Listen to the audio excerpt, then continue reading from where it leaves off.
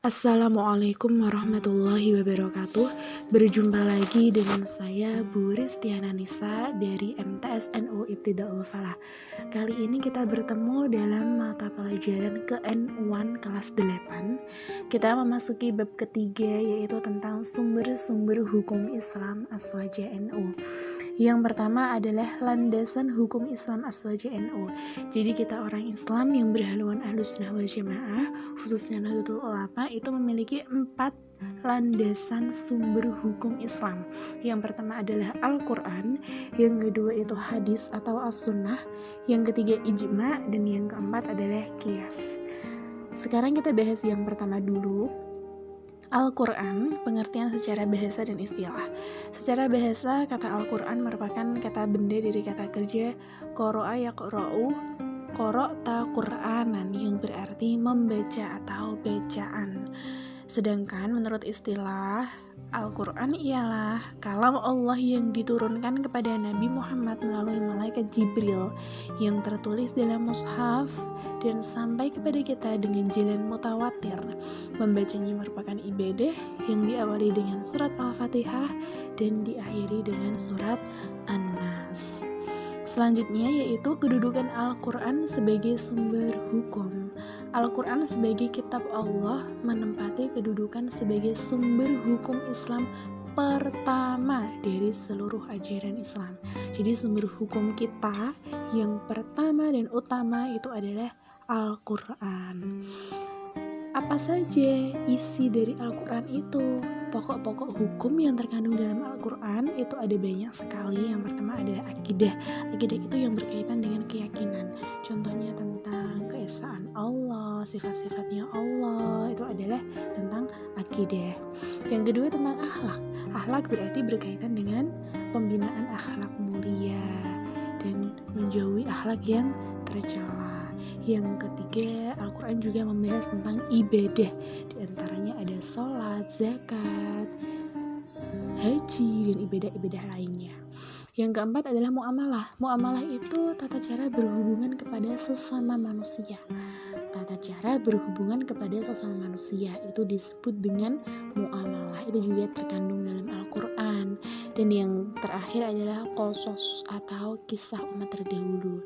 Kisah umat-umatnya nabi-nabi terdahulu, kisah atau cerita-ceritanya dari nabi-nabi terdahulu, itu juga ada di dalam Al-Quran.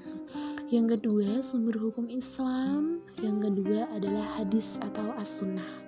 Menurut bahasa, hadis berarti baru atau perkataan atau percakapan. Sedangkan menurut istilah, hadis adalah segala hal yang disandarkan kepada Nabi Muhammad SAW, baik berupa perkataan, perbuatan, atau ketetapan. Perkataan itu qauliyah, perbuatan itu fi'liyah, dan ketetapan itu taqririyah. Hadis itu ada bagian-bagiannya. Yang pertama ada sanad. Sanad itu sekelompok orang atau seseorang yang menyampaikan hadis dari Rasulullah. Lah biasanya hadis itu diawali dengan an Abi Hurairah, itu namanya sanad. Adalah sekelompok orang atau seseorang yang menyampaikan hadis dari Rasulullah sampai kepada kita sekarang. Matan itu isi atau materi hadis yang disampaikan. Misalnya, tolabul ilmi faridatun ala kulli muslimin wa muslimat. Menuntut ilmu itu wajib bagi setiap muslim laki-laki dan perempuan. Lah, itu namanya isi atau materi hadis. Itu namanya matan. Lah, sedangkan rawi itu orang yang meriwayatkan hadis. Ada imam-imam. Misalnya rawahu Bukhari wa Muslim, berarti itu hadis yang diriwayatkan oleh Imam Bukhari dan Muslim. Biasanya terdapat di paling akhir. Jadi tadi bagian-bagian hadis ya. Yang pertama tadi ada sanad, matan, dan rawi. Sekali lagi, kedudukan hadis atau as-sunnah itu sebagai sumber hukum kedua setelah Al-Quran. Apa fungsi hadis? Fungsi hadis yang pertama ada mempertegas atau memperkuat hukum-hukum yang telah disebutkan dalam Al-Quran, bayan taqriri. Ya, jadi hukum-hukum yang ada di dalam Al-Quran ditegaskan lagi, diperkuat lagi di dalam hadis.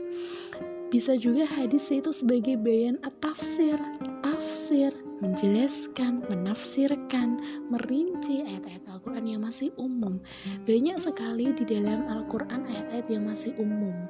Tentang misalnya, di dalam Al-Quran hanya mengisyaratkan, menyuruh kita untuk sholat. Tata cara sholatnya gimana?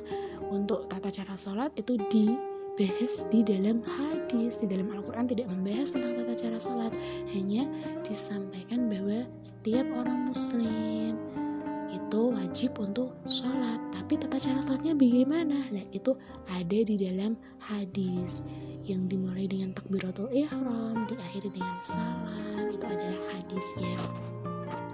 Terus melengkapi suatu hukum yang tidak tercantum dalam Al-Quran atau bayan at-tasyri. Dan yang terakhir ialah menetapkan hukum baru di dalam Al-Quran. Selanjutnya ialah tentang ijma yang ketiga. Ya, ijma menurut bahasa, ijma itu adalah kesepakatan. Ijma berarti kesepakatan.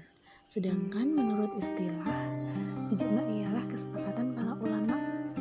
Ulama di sini disebut mujtahid. Jadi ijma adalah kesepakatan para ulama tentang suatu perkara setelah wafatnya Rasulullah. Syarat-syarat seorang mujtahid itu apa? Nah, orang yang menetapkan hukum, orang yang melakukan kesepakatan atau ulama itu harus mempunyai syarat-syarat. Yang pertama, memiliki pengetahuan yang luas, memiliki pemahaman mendalam tentang bahasa Arab, ilmu tafsir, usul fikih, dan tarikh atau sejarah, memahami cara merumuskan hukum atau istinbat, memiliki keluhuran akhlak mulia. Selanjutnya, ijma tadi sebagai sumber hukum ketiga setelah Al-Quran dan hadis. Contohnya ijma apa? Contoh ijma adalah pengangkatan Khalifah Abu Bakar.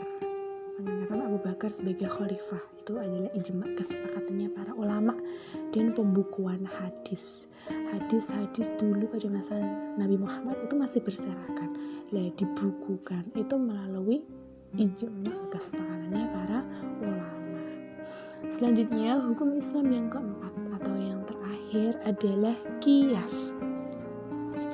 Menurut bahasa, qiyas artinya mengukur, membandingkan, analogi atau menyamakan. Sedangkan menurut istilah, qiyas ialah menyamakan suatu perkara yang belum ada dalil pastinya atau dalil qat'i dengan suatu perkara yang sudah ada dalilnya karena adanya persamaan ilat. Jadi qiyas itu menyamakan hukum yang belum ada di dalam Al-Quran disamakan dengan hukum yang sudah ada di dalam Al-Quran karena adanya suatu persamaan. Ya, qiyas ini sekali lagi sebagai sumber hukum keempat setelah ijma. Rukun qiyas ini. Rukun qiyas itu ada 4. Yang pertama ada al-asl, dasar atau masalah yang ditetapkan hukumnya dalam nas atau Al-Quran atau di hadis. Yang kedua al-far'u atau cabang, masalah yang belum ditetapkan hukumnya. Jadi kalau al-asl itu masalah yang sudah ada hukumnya di dalam Al-Quran. Kalau al-far'u masalah yang belum ada hukumnya di dalam Al-Quran atau hadis.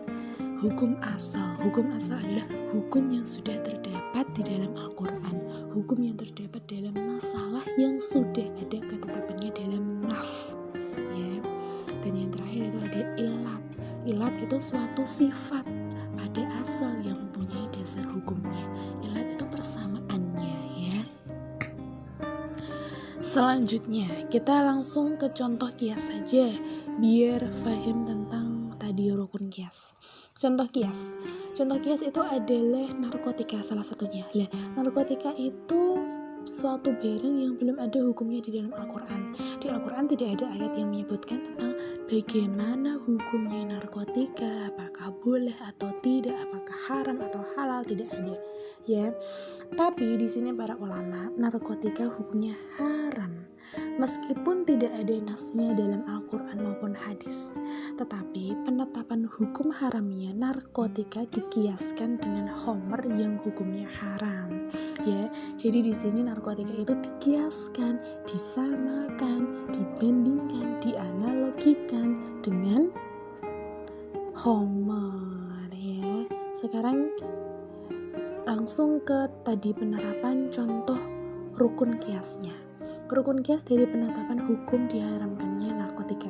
Yang pertama tadi ada al-aslu. Al-aslu itu hukum yang sudah ada di dalam Al-Quran. Yang menjadi asal berarti di sini yang sudah ada di dalam Al-Quran apa tadi?